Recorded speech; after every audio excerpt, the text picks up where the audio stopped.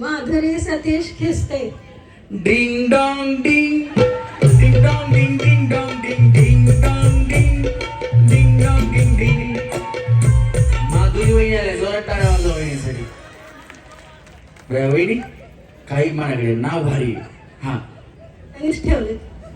मिस्टरांनी ठेवले. होय. तुमचं लव्ह मॅरेज आहे का? नाही, माधुरी नाव ठेवलं. लग्नात नाव बदलतात आमच्याकडे. होय. हा. बया वाजवा टाळ्या.